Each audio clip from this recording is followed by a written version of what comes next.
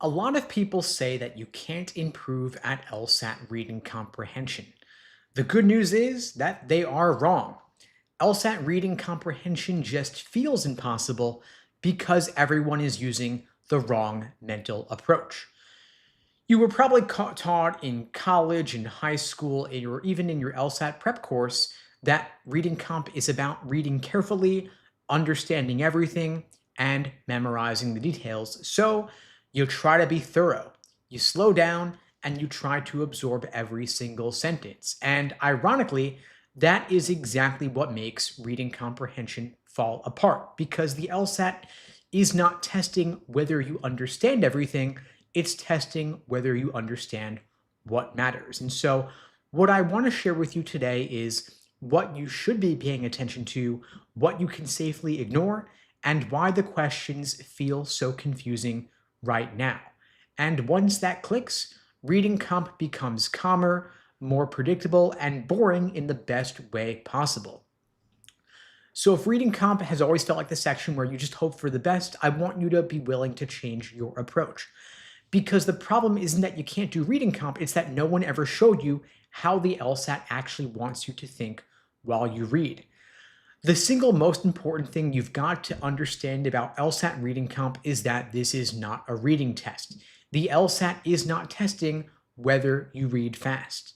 And it's not testing whether you enjoy reading. And it's definitely not testing whether you remember every single detail. It's testing how you think while you read. And most students approach reading comp the way they'd approach a textbook or a class assignment. They think to themselves, I've got to understand everything. I've got to remember this. I'll figure out what matters later. And that instinct makes total sense because that's how reading works everywhere else in life. But on the LSAT, that approach backfires because you are not reading to learn, you are reading to orient yourself. You're trying to answer a much smaller set of questions like, why does this passage exist? Or what is the author doing here? Or how do the parts fit together? Think of it like this. If I were to ask you to, say, summarize a movie, you wouldn't list every single scene in order. You'd say something like, it's about this person trying to do this thing, and here is the main conflict. That is the orientation, and that is exactly what the LSAT rewards. They want you to build a map of the passage, not a transcript or a summary. So you want to know, where does the author introduce the topic? Where do the viewpoints change? And where does the author take a position if they take one at all? And once you see reading comp that way, a lot of the pressure that you're feeling will automatically disappear because you'll stop feeling like you need to get everything, you'll stop rereading out of panic, and you'll stop blaming yourself when a sentence feels dense or technical. Difficulty doesn't mean that you're failing, it just means that this part probably is not the main point. And that is the foundation for everything else we're going to talk about today. And if you get this part right, the rest of reading comprehension becomes learnable and even easy.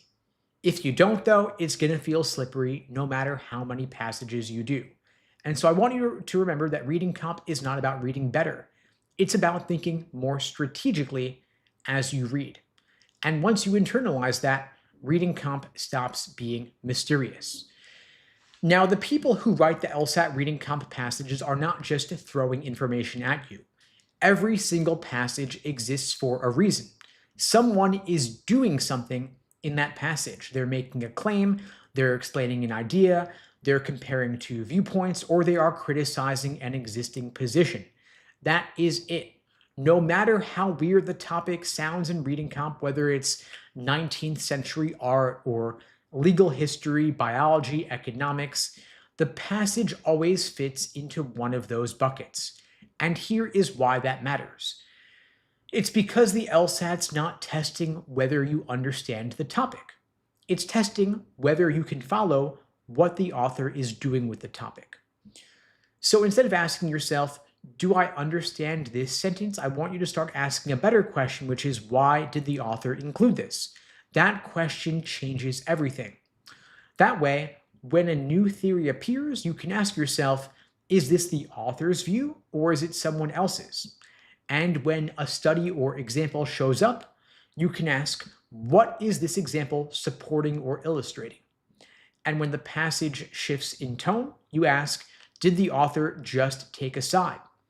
And once you read this way, reading comp stops feeling like a memory test because now you're not trying to hold on to information, you are tracking the roles. This paragraph sets up the problem. This one introduces a competing view. This one explains why that view is flawed, and this one moves us toward a conclusion. And here's the key insight most people miss. The questions are not testing random facts. They're testing whether you understand those roles. And that's why wrong answers so often feel tempting. It's because they mentioned something that was in the passage, but they assign it the wrong job. They treat the background as a conclusion, they treat a critic's view as the author's, and they treat an example as the main point. And if you weren't tracking what each part was doing, those traps are incredibly hard to see. And so from now on, I want you to read with a simpler mindset. Every paragraph has a purpose, every idea has a job, and every question is asking whether you followed that logic. Once you start reading with that lens, the test writers stop feeling sneaky and they start feeling predictable. Now let's talk about the mistakes that keep really smart students stuck in reading comp. Because if reading comp has been your weakest section, it's probably not because you are lazy or unfocused. It's because you're doing things that feel responsible, but actually work against you on the test. The first big mistake is trying to understand every single sentence. You read a line that feels dense and you think to yourself, I can't move on until this makes sense. So you reread it, then you reread it again, and before you know it, you've spent 30 seconds wrestling with one sentence and you've lost the thread of the entire passage. The sad truth is that the LSAT does not reward sentence by sentence mastery. It rewards your directional understanding. So if a sentence feels confusing, but you know roughly what role it plays, that is enough. It is okay to move on. The second big mistake is highlighting too much. Some students highlight every single line, others underline whole paragraphs, and what that really means is that nothing stood out. Highlighting is only useful if it marks structure, like a shift in viewpoint, the author's opinion, or a conclusion. But if you highlight everything, you are prioritizing nothing. The third big mistake is panicking when the topic feels boring or technical. Could be a science passage, a legal theory passage, or say something about art history from the 1800s. And your brain immediately goes, this is not my thing, I'm in trouble. And that reaction makes reading comp harder because now you are reading emotionally instead of strategically. And so here is what I want you to internalize. Boring does not mean important. And technical does not mean they're going to test it. In fact, the denser the language is, the more likely it is just background or setup, not the main point. And the last big mistake is treating confusion as failure. If you hit a tough paragraph and you think to yourself, I should understand this by now, that thought is creating panic. But confusion is not necessarily a problem. Confusion that you are not tracking is a problem though. As long as you know where the passage got fuzzy, you can still answer most questions correctly. Reading comp falls apart when you expect to feel total clarity on a passage. So if you're struggling, don't beat yourself up. These mistakes are common because they're logical, they're just not aligned with how the LSAT actually works. And once you stop making them, reading comp starts to feel a lot more manageable. Now I see a ton of questions coming into the chat here. I will get to as many of those as I possibly can over the course of today's conversation. So if you have questions, just drop them in the chat and I will get to them as I can. I see a question coming in here from JD saying, I'm about to open up my LSAT book right now. What is something I should keep in mind? So the first thing I'll mention for you is that a lot of LSAT textbooks are outdated because the LSAT has changed several times in recent years. And so make sure that whatever book you're using, it is up to date for the modern LSAT format. Lots of LSAT changes. They removed the logic games section. They replaced it with the second score logical reasoning section. The LSAT has gone from being tested in person on paper to being online on a computer, possibly from home. And so you want to make sure that everything about LSAT test day and the current format is up to date. I also typically recommend against using books because the LSAT is now on a computer, so I recommend practicing like you're going to play. The best place to get official LSAT practice tests is not on Amazon. It is from LSAC's Law Hub platform. You get 4 exams for free, and then you get another 55 or so in the modern LSAT format. And so I see Okiki saying that the book they're using is from 2017. Definitely outdated. That is nearly 10 years old. We're about to enter 2026 here. So don't use anything from 2017. And do use the online material from LSAC's Law Hub. That is the best possible source. Any of the third-party platforms do not adequately represent the modern LSAT format or the proper test day interface. A lot of students' scores will drop 5-10 points or more from their practice to the actual, and a large part of that is because they're not using the official LSAT platform. I see a realist is saying, I've got the LSAT in 2 weeks. What are some last-minute things I can do to improve? Well, one big thing is do some practice tests on the Law Hub platform. I recommend ideally doing at least 10 full-length exams in the modern format on LSAC's website so that test day itself feels like just another run-through, and you've seen it all before and you are confident in your ability to perform under timed conditions using the actual official LSAT practice tests. It's Kiara Faith is saying, I'm thinking of doing tutoring once I hit 155. Awesome. If you want my support, I'm actually offering free tutoring, free LSAT tutoring to everybody out there watching this now or later. The link is unpluggedprep.com/start. Link is in my bio on TikTok, in the chat on YouTube, and below the video on YouTube as well if you're watching this there. Open offer to anybody watching this now or later. If you're not sure whether tutoring's right for you, I recommend getting some support sooner rather than later so that we can help you get unstuck. So Kiara is saying, I'm thinking of getting tutoring once I hit 155. What if tutoring is the best possible way for you to hit the 155? In other words, get the support earlier to help you study more efficiently, to get you the biggest possible increase in the short term, to pave the way for more efficient studying going forward. And again, it's totally free, no strings attached, no obligation. So if you want the meeting with me, if you want the support, I'm happy to talk you through your personal situation. I see you're taking the LSAT in February. And so plenty of time to improve, gives you roughly a month and a half from now to get your score up. You're saying you've hit a 149 as your highest score so far. So on the high end, you're at 149.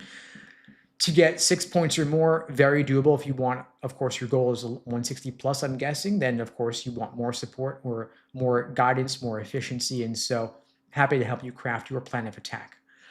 I see Kay's asking a better law school, Alabama or Georgia. I couldn't say, there's over 200 law schools in the US. I'm not familiar with the details of every single one. I would recommend you look at the ABA 509 reports for any law school that you're considering. They were just released earlier, about 1 week ago, I think. And so you'll be able to see the latest LSAT medians, latest GPA medians for these law schools. You'll also see employment outcomes, bar passage rates as well. And so do your due diligence as an informed consumer to check out which law school is best for you. Of course, some law schools are better than others, but there is no one best school for every single individual because different folks have different goals, different time frames. You want to practice different types of law. Some folks want to work in big law. Some folks want to work for the government. Others want to pursue solo practice. And so look into the details of the schools that you're considering. And those were the American Bar Association 509 reports, just released about 1 week ago for the last year's entering class. So that's the best source of the most recent data. User 5559 is asking, is T14 the only way to get into big law? No, it is not the only way. Might be a relatively better way to get in because the top 14 law schools have more prestige than others, and big law, of course, is recruiting out of those schools. But there are, of course, other schools as well that can still allow you to get into big law. You might want to, let's say you want to go into big law in New York City. Of course, there are some great law schools in New York that are not part of the T14. So let's say beyond Columbia, Cornell, and NYU. Maybe you can go to Fordham Law School and still get into big law. Might be possible, of course. So talk to the law schools you're considering, ask them what sort of on-campus recruiting they might have for the types of firms that you want to go into. Persian students asking, is there any way I can take the LSAT on paper due to being visually impaired? Yeah, quite possibly. I would say seek out your LSAT accommodations, get a note from a qualified professional, like a doctor, for example, and have them note that because of your visual impairment, maybe taking the LSAT on the computer is undue hardship for you, and so maybe paper is a better format for your situation, and then you can, of course, apply for that. And you just make sure that you're conscious of the LSAT deadlines for accommodations because they are pretty strict about that. But LSAC has gotten a lot more liberal in granting accommodations in recent years due to having been sued several times. And by the way, a bit of LSAT trivia for you, in case you didn't know, the reason that LSAC removed the logic games section is because they were sued by blind test takers who contended they were at an unfair disadvantage because they could not benefit from diagramming logic games the way other test takers could. And so LSAC ultimately settled the lawsuit and removed the logic games section for everybody as a result of that lawsuit. So LSAC is probably now more likely to grant accommodations than in previous years due to having been burned several times from being too strict and getting sued many times. Allison's asking, should I be studying for the LSAT in my sophomore year of undergrad? You don't need to, but you could. If you are shooting for a top LSAT score and you're certain that law school is in your future and you want to give yourself as much time as possible to study, then yes, I would say starting earlier is better than starting later, all else being equal. You don't have to start in sophomore year, of course. You could start in junior year. Maybe that's enough time. But if you want a top score, I'm not going to say don't do it. LSAT scores are good for 5 years, by the way. And so you could take it in sophomore or junior year of undergrad and apply to law school in your senior year. And if you want to be a KJD going directly from undergrad to law school, totally fine approach. On the flip side, I got a question here from 5559 asking, have you heard of people in their 40s going to law school as a career switch and still succeeding? Absolutely. We've worked with many so-called non-traditional students going to law school as a second or third career. Totally fine. Law schools love so-called non-traditional or older students with more life experience. They also love KJDs. They're not biased against one group or another. And so whatever your situation is, it's totally fine to apply to law school with whatever background you have. And if you are an older applicant, of course, that you want to highlight your work experience, career experience in your application essays, on your resume, in your letters of rec. If you're a KJD, though, going right from undergrad, totally fine as well. You could start studying in your sophomore year, junior year, senior year. It's all good. Allow the time that you need to achieve your fullest potential. And KJD is the acronym for kindergarten to JD, going straight from undergrad to law school without having worked or taken a gap year in between. Totally fine. If you're confident law school is the right path forward for you, then going straight through is not a problem at all. BB's asking, what resources do I recommend for studying? So, of course, you always want to have official LSAT practice tests from the LSAC Law Hub platform. That is a must for anybody studying for the LSAT, no matter what other support you're getting in addition. If you're looking for support beyond the practice tests, at LSAT Unplugged, we offer private one-on-one coaching programs. We offer small group sessions via Zoom 4 nights a week. We have on-demand video courses. We have on-demand classes, custom study plans. If you're looking for guidance or support, I'm happy to meet with you and help you craft a plan of attack. I'm offering free LSAT tutoring lessons to everybody watching this now or later. The link is unpluggedprep.com/start. Link is in my bio on TikTok, pinned in the chat on YouTube, below the video on YouTube as well. Happy to help you out whenever you're taking the LSAT, whether it's in January in just a couple of weeks, or February in a month and a half, or April or June. Plenty of time to improve significantly between now and your test. Happy to help you figure out the best path forward for your situation. And if there is a type of resource or support that you have not yet taken advantage of that you think could help you, by all means, seek it out. The top 14 law school LSAT medians are out of control. They rose yet again in the most recent ABA 509 reports. They rose by an average of 1 point. And so now the T14 medians are all 170 to 174. The GPA medians are all about 3.9 because of grade inflation. And so if you have a STEM major from undergrad and your GPA took a hit as a result of that, you're going to want to balance it out with a higher LSAT score to compensate. So always aim for the highest LSAT score possible. It's the best way to improve your odds of admission given your situation. AK is asking, my highest practice test so far has been a 165.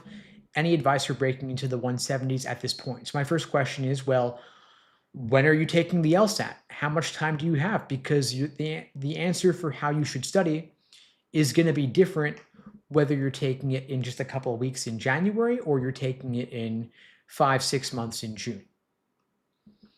Regardless, you're going to want to look at what are your weak areas. Is there a certain question type? Is there a certain method of reasoning that's giving you trouble? Is there a weak area or a gap that you want to course correct on? Have you been only drilling questions and not doing enough timed sections? Have you been doing too many full-length practice tests and not enough drilling? I recommend 3 major phases of LSAT prep. There's accuracy, there's pacing, and there's endurance. Accuracy is building a strong foundation in the different sections, the different question types, maybe drilling questions by type to better understand the proper perspective from which to view each section and each question type. Then you've got pacing, doing individual timed sections to work on your time management, how you allocate time over the course of the section. Then you've got full-length exams to build up your endurance before test day. And if your LSAT's in just a couple of weeks, you're going to want to focus more on full-length practice tests to work on endurance. Hopefully, if you're taking the LSAT in just a few weeks, you already have that strong foundation. If you've got a longer time frame, then you can afford to slow it down a bit and do some more drilling of questions by type and do some more individual sections to work on your pacing. And I find that too many students either lean more on the drilling, questions by type, because they want to do questions by size here and there on their phones, but they neglect the full exams. Other students do nothing but full exams and they burn through valuable limited practice material, but they don't build the strong foundation already. And so you got to look at what you've been neglecting and do more of that, is the short answer ultimately.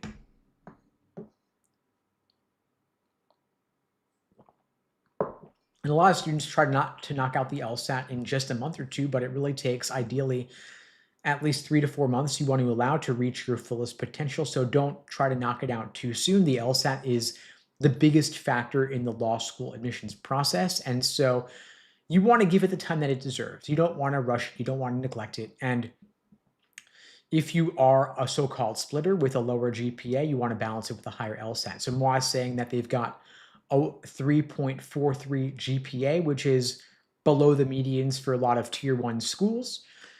So you'd want to have a 173 LSAT or higher, ideally, to balance out the lower GPA if you're looking for a top tier school.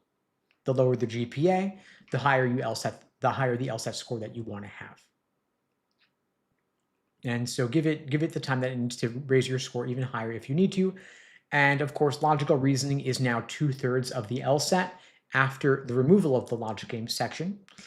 So any gains you make in your understanding of logical reasoning are doubled across the 2 sections, so you don't want to neglect logical reasoning.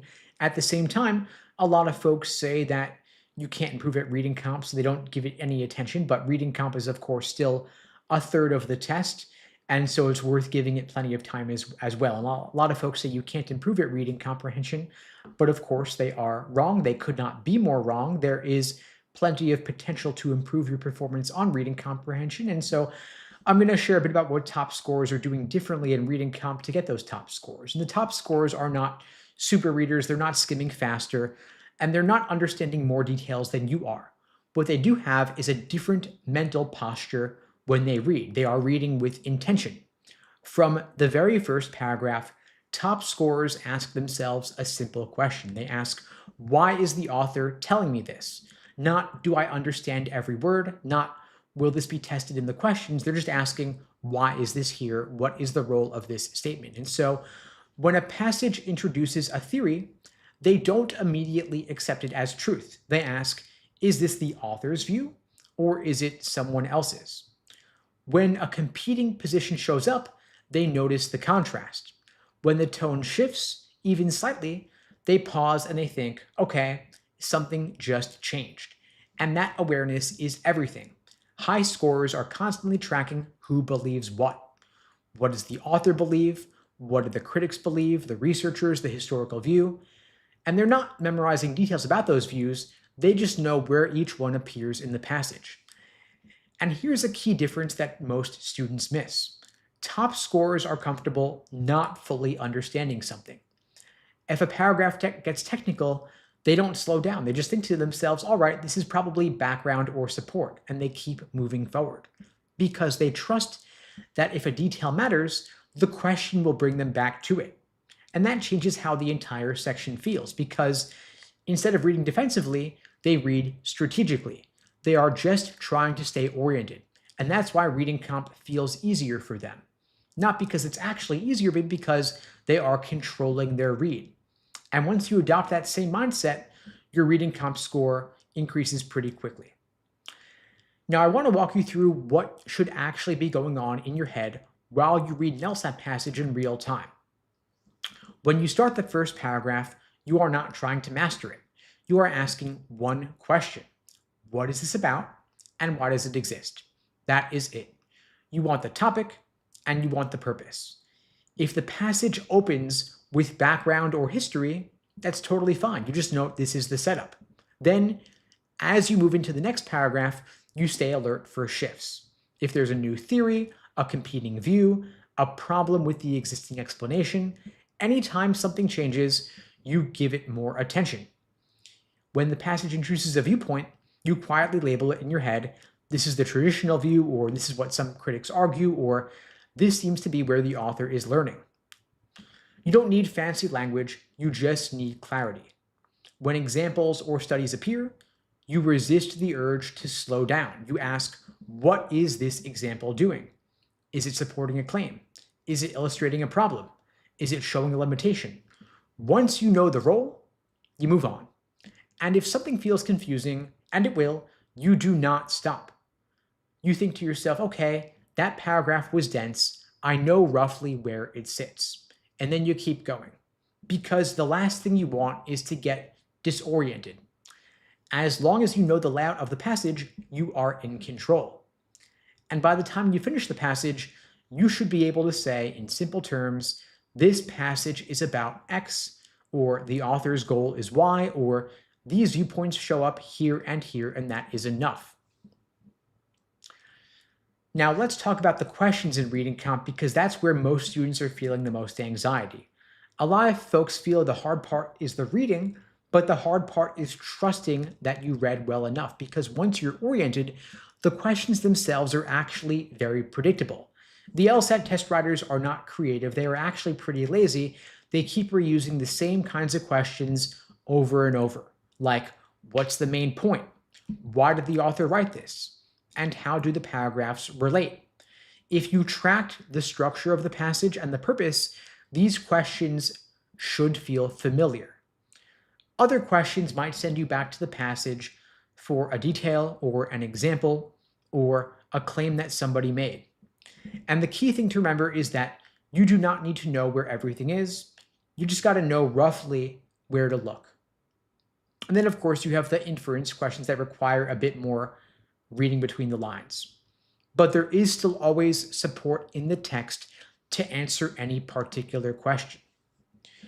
You've also got patterns in the wrong answers because they are extremely consistent. Most of them fall into one of three buckets.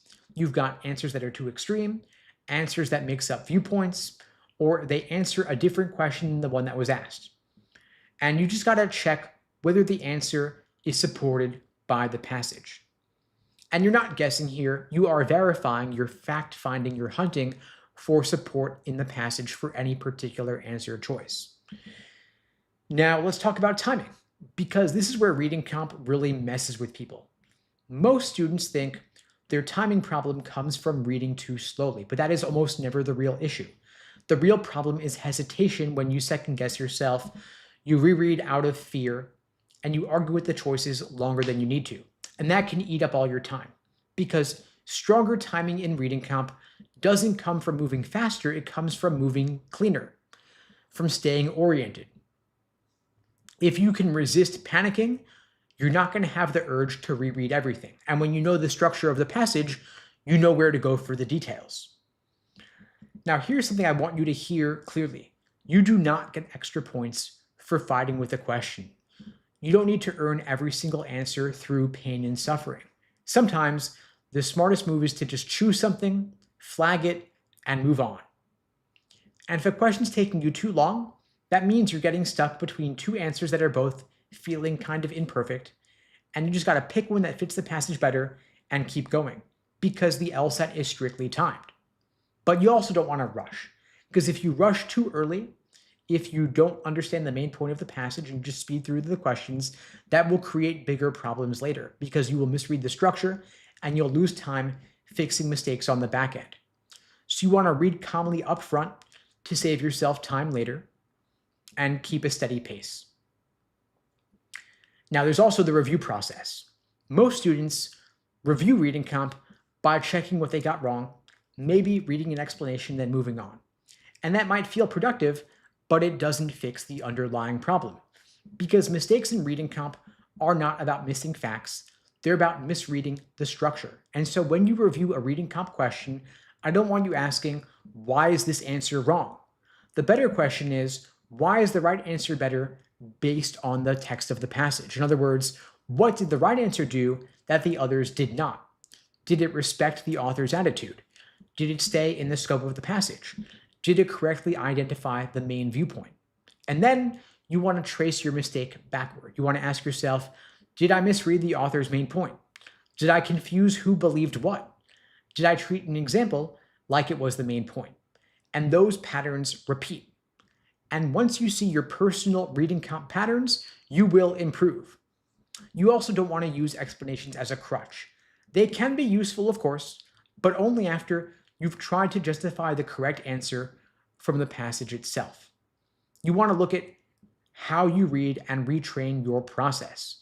Most mistakes are those of process, and that's why doing fewer passages with deeper review is better than burning through a ton of passages mindlessly. Now, I see some more questions coming into the chat. I will get to as many of them as I can. Keep them coming. If I don't get to yours, just be patient. I will circle back to it if I can.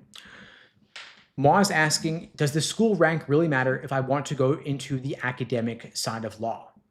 And so it could still matter. I mean, academia respects prestige.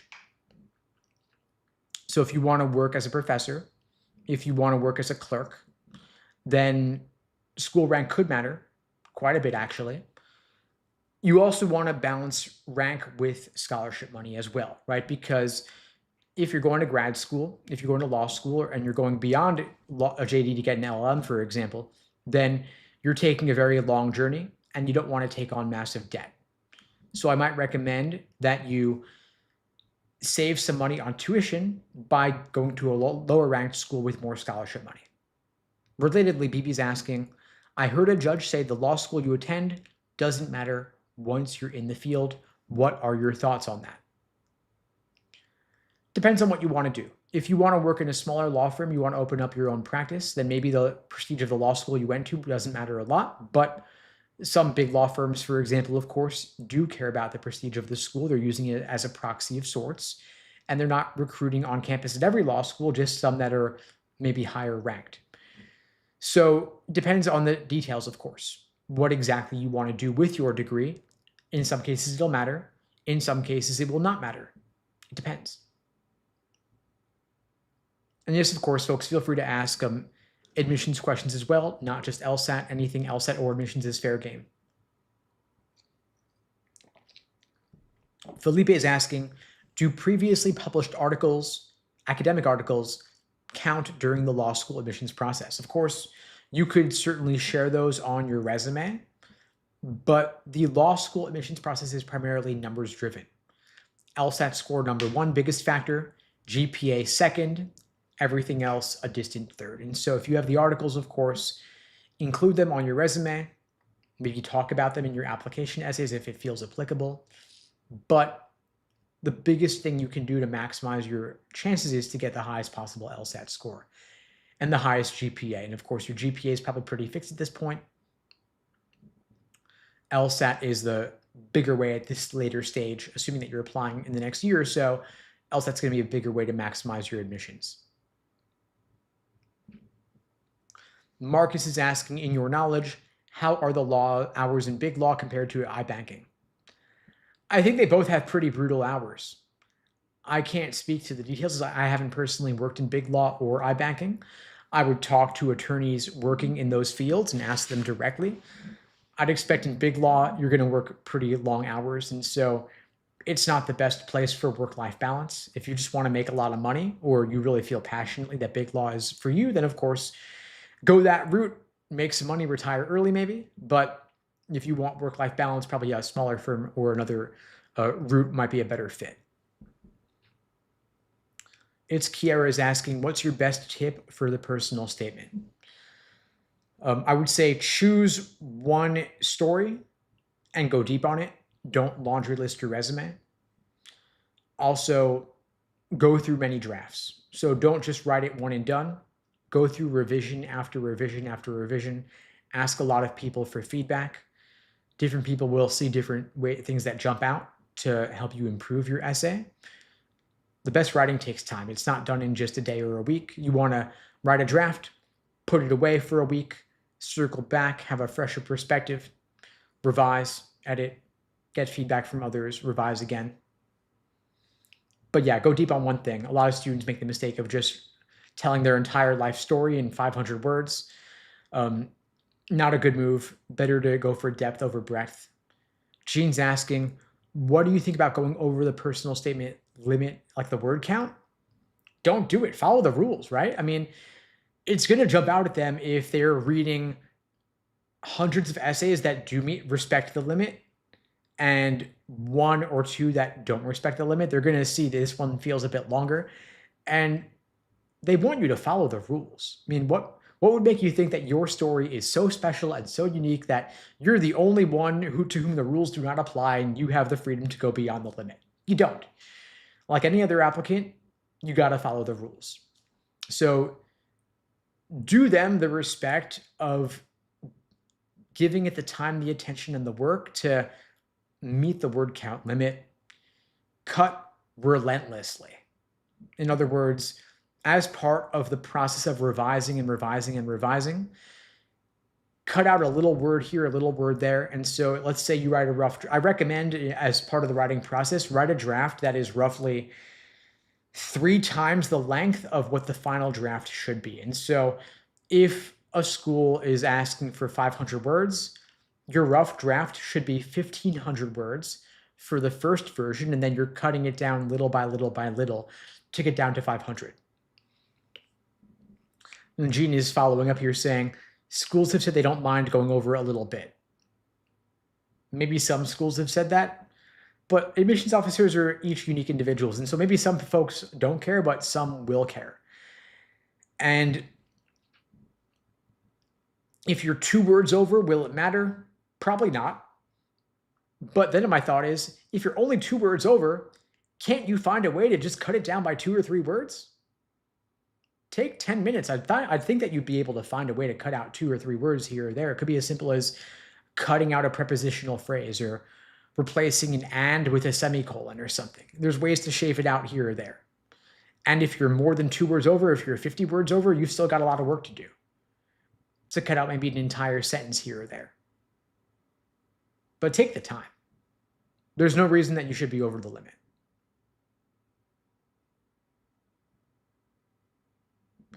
David's saying, I got a 2.5 overall GPA from Cal State. Can I still try to become a lawyer? Yeah, of course. I'm never going to say don't try to become a lawyer for any reason. If your GPA is low, you just got to compensate with a higher LSAT score. You're going to be a splitter. That's okay. A lot of folks have low GPAs. And sometimes your LSAC calculated GPA is going to be different and sometimes higher than your undergrad GPA. So in other words, LSAC takes your undergrad GPA, they put it through their own formulas, and in some cases that will lead to a GPA that's different, sometimes higher, sometimes lower. But whatever it is, you just get a higher LSAT score to compensate. Sierra is asking, do you think extracurriculars are some of the make or break of an application? Not really. Law school admissions is primarily numbers driven, a lot more than undergrad is. And so I would rather you have 0 extracurriculars and have a higher LSAT and GPA than have lower numbers and more extracurriculars. And of course, ideally you want to have it all, but we've all only got 24 hours in a day. And so you might not be able to have it all. And in that case, maybe some folks will even take a summer or a year off and spend that time studying for the LSAT. Not saying you have to do that. Of course, not everyone's so lucky as to be able to study for the LSAT full time for 3-6 months or longer. But if you can afford that time, I would say don't just get a job as a paralegal because you think it's going to look good. Get a higher LSAT score. Getting 10 points more on the LSAT is worth a lot. And worth a lot more than just having a stronger resume.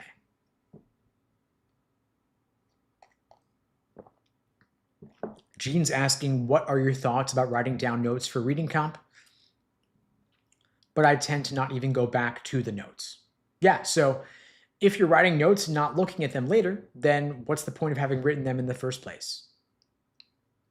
In my experience, the students who do best on reading comp mark and take very few notes, possibly not even any notes at all. In other words, minimal note taking, minimal highlighting and underlining and flag marking of any sort, because it takes time to write things down. It takes time to read things, and what you end up writing down oftentimes ends up not even being that useful to help you answer the questions later. And it's time consuming. If you were going to write any notes in reading comp, I would say keep it very minimal. Just a couple words to articulate the main point or the primary purpose, or a couple words for each paragraph, but that's it. Keep it really light. And you can, of course, experiment with this. If you've got more than a month or two till you take your official LSAT, maybe that's some time you can use to try a few passages, taking a lot of notes, some taking minimal notes, some taking 0 notes, and you see what feels better, what feels faster, and of course, what gets you higher accuracy. A few notes for a map is totally fine, but I probably wouldn't go beyond that. A lot of what we do for students is we help them do better while also doing less. So most students come into us having some overcomplicated approach for reading comp, and we strip away all the noise and keep it really light.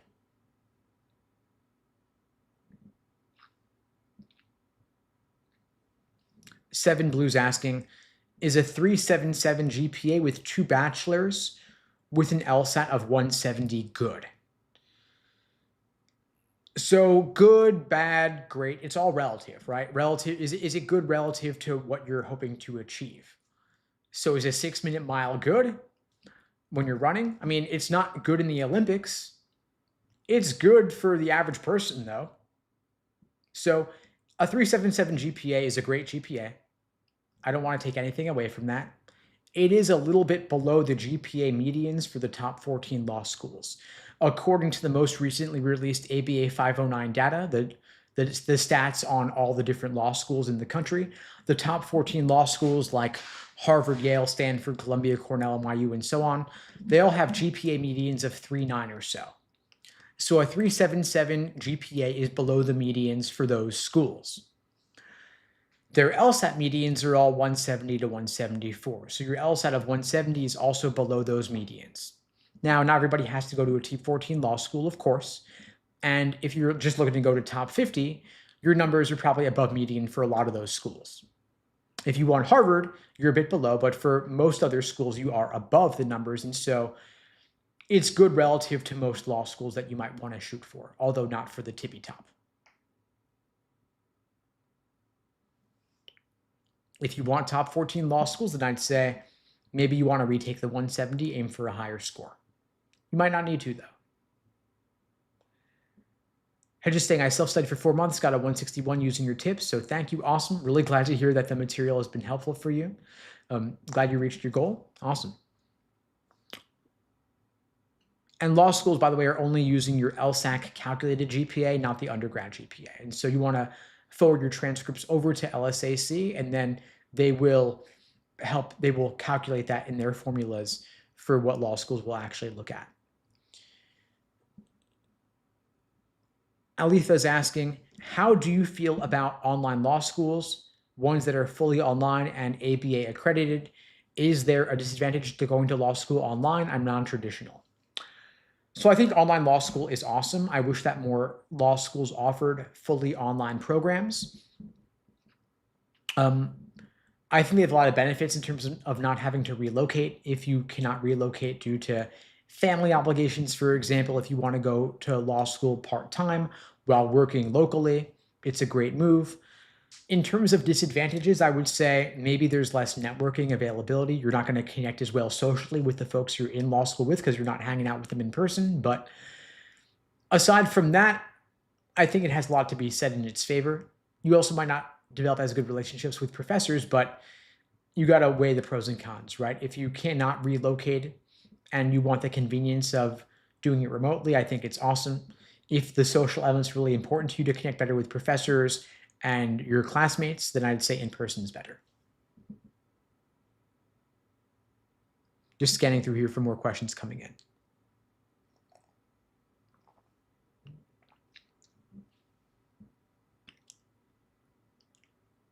Sierra says, I've started studying for the LSAT, focusing on logical reasoning, planning to continue until summer of 2026. So if I understand correctly, that means that you are planning on taking the LSAT in the summer, either say in June or August, and you've started already. That's awesome. I love that you're planning ahead. Logical reasoning is 2/3 of the test, so it's a good place to start. But then don't sleep on reading comp either. As I've been talking about, reading comp is still a whole third of the test, and it's too often neglected. You can improve significantly in reading comp as well. So you'll get there when you get there, but don't neglect it either. And so, and by the way, folks, for anyone who finds these live Q&A in classes helpful, I'm doing these every single weekday. Same time, same place, 2 p.m. Eastern, 1 Central, 11 Pacific, here on YouTube, TikTok, Instagram, LinkedIn, wherever you're watching this. If you find this helpful, please spread the word. The only way this grows is through word of mouth. I don't do any advertising for these lives, and the algorithm doesn't really boost them because they can't run ads during them. And so please share this on your socials, in your group chats, your Slack channels, Discords, group chats, wherever you're talking with others studying for the LSAT, Reddit, what have you. Really appreciate your spreading the word. And by the way, folks, if you're looking for more guidance on your personal situation, if you want to talk through your questions, if I didn't get to them, I apologize. You can book a free LSAT tutoring lesson with me personally. We'll meet on Zoom video. The link is unpluggedprep.com/start. Link is below the video on YouTube, pinned in the chat on YouTube, in my bio on TikTok as well. I'm happy to help you out and talk through your situation in more depth. Open offer to anybody watching this now or later. Tangerine's asking, if I start studying in January for the April LSAT, is high 160s possible? Yeah, it might be. I mean, the question I would have is, where are you at right now? Have you taken a practice test? What's your current score? It's a lot easier to go from a 150 to high 160s than to go from a 120 to high 160s. So what is the size of the increase that we're looking for? You're in mid 140s. Okay, so you're looking for roughly a 25 or so point increase in about 3 months. I'd say that's doable. The question is, how are you going to study? Are you going to self-study using textbooks and YouTube videos, or are you going to get more in-depth personalized support like private one-on-one coaching or small group classes, on-demand video course, custom study plan? What kind of support are you seeking out? Do you have a support system around you? Are you in a study group or class? Are you getting coaching? One-on-one coaching is great if you can do it. If you can only self-study, it might take a bit longer or require more time on your end. And of course, if you want my help, you can book that free LSAT lesson with me personally, and I'll be happy to help you craft a personal plan of attack for your situation. But I'd say that overall, a 25-point increase in 3 months is in line with what we've seen for our students. And if you're not sure how to break through for a higher score, if you feel like you've hit a plateau or a wall, then getting that third person perspective can help you break out of your tunnel vision, because the thing is that when you're studying on your own, you don't know what you don't know. And so getting some expert guidance from someone who's been through the process and gotten that top score, it's going to make your path forward that much smoother. So book the call with me through the link in my bio, and I'll be happy to help you talk through your situation, help you craft a plan of attack. Gene's asking, if my undergrad GPA is a 3.9 and LSAT translated it to a 3.5, what are your thoughts? So that does happen sometimes where the LSAC calculated GPA is lower than your undergrad GPA. My thoughts are, I'm sorry. I wish it was higher, not lower, but all we can do at this point is say it is what it is and move on from the GPA conversation to the LSAT conversation, because we don't want to focus on what we can't control. We want to focus on what we can control. And so when I look at what are the biggest levers we have at our disposal to help you improve your odds of getting into the best possible law school with as much scholarship money as possible, it's probably going to come down to increasing your LSAT score, because your GPA is already pretty fixed in time. And they only look at your undergrad GPA, not any graduate or master's GPA, because not everybody has a master's level GPA. And so the undergrad one is what they look at as a common factor. And whether it's a 3.9 or a 3.4, it is what it is. It's already a done deal, most likely. And so you can improve your softs. You can cultivate better letters of rec by nurturing your relationships with your recommenders. But the bigger thing, of course, is getting a higher LSAT score. Scanning through for other questions coming in here.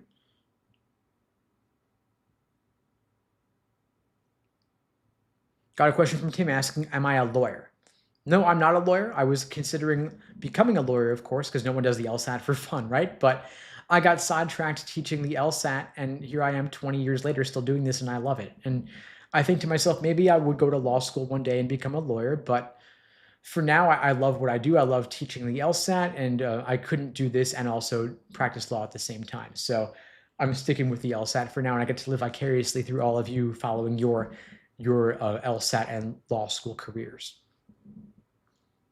And Lenore, yes, I do offer one-on-one classes. We offer one-on-one private tutoring sessions, on-demand video courses, small group classes via Zoom, comprehensive coaching programs. And so if you want to talk through any of that, you can book the free call with me through the link in my bio, and I'll be happy to meet with you personally, talk through your situation.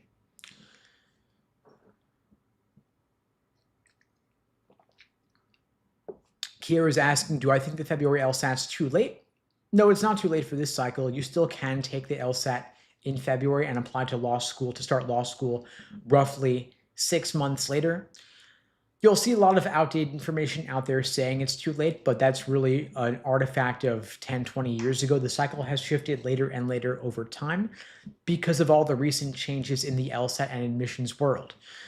The removal of the logic game section, the transition to the LSAT being online, the ban on affirmative action, all of that change has created uncertainty for admission, so they've wanted to wait and see how things will shake out, who else will come along into the applicant pool. And so they realized that they are not evaluated in the US News rankings based on when an applicant applied. They're evaluated based on the metrics, the LSAT and the GPA of the students they accept. And so for that reason, they said, well, we're going to see who comes along after January scores are released, who comes along after the February LSAT scores are released, and then they make decisions based on those applicants. And of course, all else being equal, better to apply earlier than later.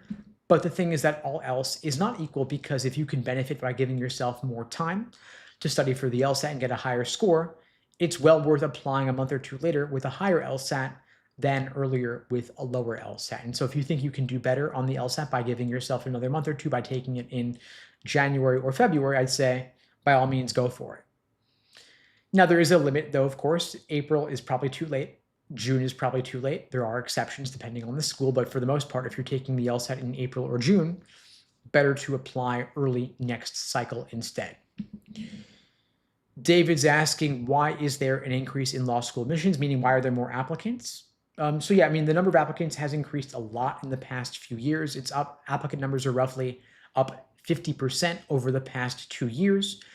And part of that's due to the recent presidential election last year. More focus on politics gets folks more politically engaged, more folks feeling motivated to be part of the change the system from within by becoming attorneys. You also have more economic uncertainty, more inflation, bad employment situation. So when the economy is bad or uncertain, folks tend to apply to law school to wait out the economic uncertainty, hoping that 3 years afterwards, when they graduate from law school, hopefully the economy's improved and they will have better employment prospects. Also, possibly maybe the removal of logic games makes the LSAT seem a bit easier, and so folks are less intimidated by that. And so they think, hey, well, maybe now's a good time to take the LSAT and go to law school. Tangerine's asking, what time zone am I in? So I'm personally in Eastern time, but we've got coaches all across the US and all over the world, actually. And so we can always accommodate your schedule for your situation. And the calendar to book a call with me adjusts to your time zone, by the way. Fiji's asking, how many hours a day should I study for the LSAT? So that depends on what else you have going on. If you are studying for the LSAT full-time with no other obligations, I would recommend a maximum of 5 to 6 hours per day, because I don't want you to burn out. If you are working or you're in school, even just an hour or two a day could be enough. 5-6 days a week. I do recommend taking a day off here or there so that you don't want to burn out, of course. Especially important if you're studying for the LSAT full-time. And by the way, I would never recommend taking full-length practice tests on consecutive days. That is a recipe for burnout. So again, to recap, full-time LSAT studying, max 5-6 hours a day. Part-time LSAT, even just 1 or 2 hours a day, is enough to make steady, consistent forward progress.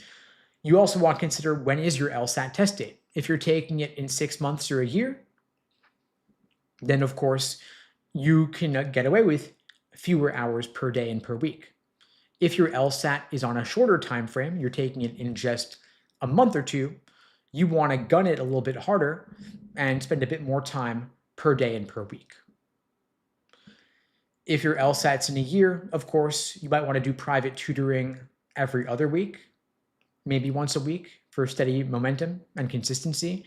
If your LSAT is in just a month or two, you might want 2 or 3 sessions per week and a more intensive course of study. For example, for our students taking the LSAT in a month or so, we have a more intensive boot camp style program where you get private coaching in some form 7 days a week.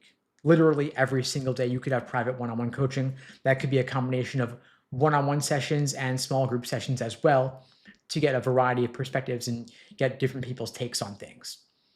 And so for anyone Tangerine's asking, what do we do during a consult? And so if you want to book a call with me, I can talk through with you what a tentative schedule for tutoring might look like based on your personal situation, given your goals, given your time frame. We try to customize every single program to the individual because different students have different needs, right? Because everyone has their own personal life situation, other obligations like family, work, or school. You have your starting LSAT score, your goal LSAT score, and your time frame. So in other words, someone who's taking the LSAT in 3 months, looking to go up 30 points, has very different needs than somebody looking to improve 40 points and has only 1 month, right? So different time frames, different goals leads to a different recommended course of action. And so if you can't find a time that works for you for the call with me, for the private LSAT one-on-one lesson, totally free, by the way.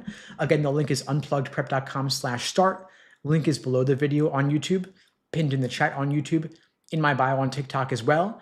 If you don't see a time that works for you, I will personally try to get back to you if the team can't. Of course, I can't respond right now because I'm here live with you all on TikTok and YouTube right now, but me and the team will get back to you as soon as possible to find a time that works for you if we're able to meet for that one-on-one session. Again, open offer to anybody watching this now or later. I'm offering free LSAT tutoring lessons. The link is unpluggedprep.com/start. And if you find these lives helpful, I do these every single weekday, same time, same place, 2 p.m. Eastern, 1 Central, 11 Pacific, on YouTube, TikTok, Instagram, wherever you're following me. Please spread the word. The only way this grows is through word of mouth. Quick note of housekeeping. I will be out due to the holidays for the next week and a half or so. And so if you show up at that time, I might not be here, of course. If I happen to be able to pop in, I will. But the next day that I will be back for sure will be 2 weeks from yesterday. I'm just going to check the calendar real quick to see what that ends up being. So I expect my next time I'll be back will be Monday, January 5th. I will be back at 2 p.m. Eastern for the next live. If I can pop in before that, I will. In the meantime, folks, feel free to reach out if I can help in any way. I really appreciate your support. Thank you for all your great questions. Hope you all enjoy the holiday season. In the meantime, I wish you all the best and take care. Thanks for joining.